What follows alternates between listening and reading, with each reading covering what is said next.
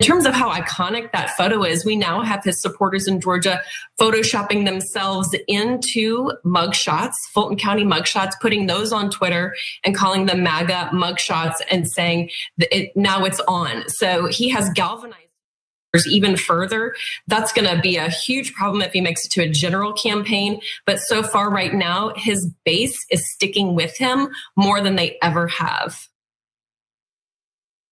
And just because all of Trump's supporters are probably a little bit older and struggle with technology, this Twitter account put out a little tutorial on making these images and I don't get the bit, maybe it has to do with the wall brick suit, explained what should have been an exceptionally simple process on how to make it look like you have your own mugshot from Fulton County, because apparently that's cool now. And wouldn't you know it, here's the goon who's pushing this the most. It's a horrible day in America, and to stand in solidarity with President Trump, I made my own mugshot with the Fulton County Jail here logo, and I changed it to my official photo on Twitter. So I encourage everyone to make your own MAGA mugshot. Stand with President Trump. We always stand with our president because he's the one that's going to save this country, and we thank God for him. So that's what I did to stand in solidarity. I'm standing right here at the jail with all of y'all. I thank Right Side. I thank everybody that's here, and we're going to support them all the way. We do have a picture of her fake mugshot. Not the best Photoshop job I've ever seen in my life, but she tweeted out along with the caption, "I stand with President Trump against the commie DA Fani Willis," because as we know, communists love to be prosecutors. But anyway, the commie DA Fani Willis, who is nothing more than a political hitman tasked with taking out Biden's top political opponent. Persecution, not prosecution, despite the fact that, I mean, literally in every single form of the word is prosecution. But one of the funniest examples of these fake mugshots posted, in my opinion, was one shared by Amy Kramer, who's the chair of the Women for America First group. I mean, it's gotta be the worst Photoshop job. I think it's hilarious that she obviously got all dolled up to take this mugshot picture, even going so far as not to smile. And the Photoshop job is so bad, and even still, she fooled members of Trump's base. Let's take a look at some of these comments. Despite the fact that she explicitly said it was fake, they still thought it was real. She said, "This is Photoshopped. I have not been indicted, ... for the time being anyway. But they are coming for all of us in the end. You need to stand up and speak up now while you still have a chance." To which this person replied, "God bless. I had no idea you were one of the defendants." And she said, "I'm not ... for the time being, but I stand with them. They are coming for all of us eventually." You know, although personally I've never been afraid that they were gonna come for me because I've never tried to overturn the results of a Democratic election. So that's not something that plagues my mind on the regular.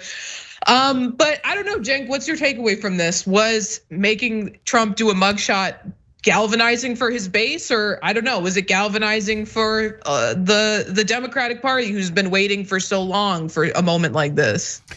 Yeah, I don't, look, with the Trump base, everything's galvanizing. He eats a Twinkie, they're like, "Yes, Twinkies!" Right? He doesn't eat a Twinkie, they're like, "Oh, what a great perseverance not eating that, discipline not eating that Twinkie." It doesn't matter. So forget his base. His base is already locked in 200%. You're not gonna move them. They're the most politically irrelevant people on the planet. And so I say that because since they're not gonna move, what are you gonna do? Appeal to them and get them? No, it doesn't. So just move on, get independence, right? And you shouldn't, like a Democrat or a prosecutor or any rational person, should never ever consider the core of the MAGA base. That's at least 37% of the Republican Party, arguably 64% of the Republican Party based on the polling, right? But whatever that number is, they're never going to move a single inch, and there isn't anything Donald Trump could do that wouldn't make them love him more, not less. He can get arrested 28 times. He can come over and have sex with their wife, and they'll still be like, "Yes, oh my God, oh my God." You know what? Since Trump did it, I might actually have sex with my wife. Okay, I'm gonna do whatever he does. He got arrested, I want to get arrested, right? He got punched in the face, I want to get punched in the face. I got it. They're goners. They're cult 2000%, right? So the interesting part is the Democratic part and the left wing and the independent, et cetera. For me, I know a lot of people got joy out of it. Obviously, Congressman Bowen did this, that's for sure. Me, I actually wasn't looking forward to it, and I, other than the amusing blue steel look, I got no joy out of it at all. Actually, I don't care. I don't want the president having a mugshot. I don't need Trump humiliating himself because he humiliates himself every day, 2,000 times a day. Like every word out of his mouth is an utter humiliation for himself. So I don't need a mugshot to prove that. So like, of course, parts of the story are hilarious. I agree with you that my favorite tweet was that lady who had to be like, no, I wasn't arrested. I mean, I want to be arrested because I'm a Republican and Trump did it. I mean, and being arrested is awesome and I look forward to it. But what if they arrest us? That would be terrible, but we want it, but what? Huh, what? But I wasn't arrested, but here's a mugshot and I'm so proud. Okay, look, there's no talking to them. It's like talking to someone who believes in fundamentalist version of religion. They just go in circles and circles and circles. And then, but there's two more funny parts. One is the legal defense fund that you mentioned, Ray. I mean, he's like, I am not profiting off of this. We're just gonna use this money to pay dad's legal bills or Trump's legal bills. That means you're profiting off of it. What do you mean? Like, it's not like you're giving it to a charity for kittens. You're using it to help your dad get off. So otherwise he'd have to use his own money. So it doesn't make any sense. And you're right, it's weird how he constantly calls him Trump.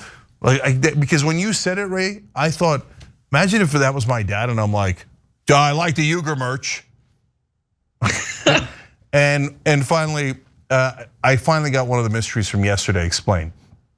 Because they released the mugshot, and then they also said 6'3", 215 pounds, because there was supposed to be a weigh-in and they were supposed to measure him. And I'm like, 215, my ass. I mean, literally his ass, as I said yesterday. That's about how much his ass weighs. How about the rest of them? And like Rudy weighed in at 230. Trump's less than Rudy, come on. Trump weighed 245 according to him when he was at the White House. He lost 30 pounds since he left. Anyway, the mystery's explained. That one was self-reported. 215. Guys, come on, MAGA. Look, by the way, my Twitter mentions are nothing but MAGA guys. You know, for whatever it's worth, good and the bad, etc. And even those guys have stopped defending his lies. Like, they know he doesn't weigh 250 pounds. They know that he had a fake university and a fake charity and a fake everything. It's a total utter fraud. They just like him because they're like, yeah, but he's my fraud. And I hate the Democrats so much that I'll become a criminal just to hate Democrats. So like, everybody knows he's a preposterous, ridiculous, flamboyant liar. And for the MAGA guys out there go, oh, he lied about everything, but not these criminal actions. No way. No, all those forged documents with the fake electors, that was the one thing that was real, and that's why this is a persecution. Get Jordan.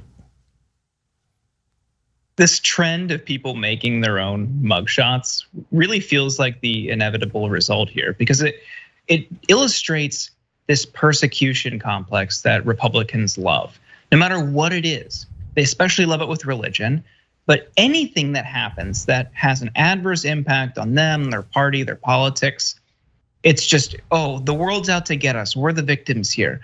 And for Trump, he's leaning into that. He's a martyr. I'm never going to surrender. He's fundraising off of it. He's selling merch. Of course, that's just how politics, I guess, it works on the right now.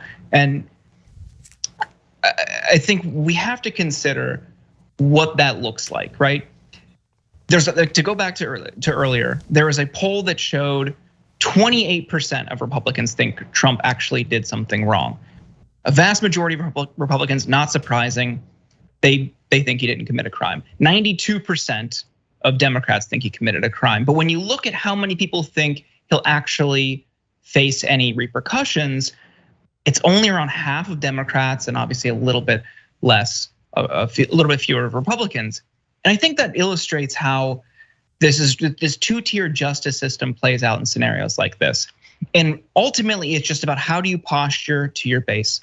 How can you merchandise something? How can you lean into being a martyr? And how can people who support you also feel like they, by extension, are being persecuted? That's why you see the immediate response being fundraising appeals, merchandise, and people pretending like they are also arrested or indicted or booked. They want to be victims so bad because for them, that's how they, I guess, receive any interaction with politics. But their contributions is just how do we own, humiliate, and embarrass our opponents? That's what Republicans think politics is. How do we humiliate? How do we attack marginalized people, immigrants, the LGBTQIA plus community, trans people, ethnic minorities? That is how they see politics. So it's no surprise that that's how this played out here. Yeah, I'm gonna add one quick thing to that. Jordan's 100% right. God, the right wing loves being victims. And let's be honest, some portions of the left also like being victims. But almost everybody in that category, whether right or left, has never actually been a victim. Because if you've been a victim, you don't want to be a victim, okay? So they're all posers, they're all playing victim. But there's a deeper irony on the right wing side because they say Trump is so strong because he's the Democrats' victim. He's such a victim of the strong Democrats. He's a poor little Trumpy. He can't defend himself. You see, that's why he's so strong. Really? That doesn't make any sense to me at all. But all right, if you want to kiss up to a guy that you think is like the world's biggest victim who cannot stop crying, that's up to you, brothers and sisters.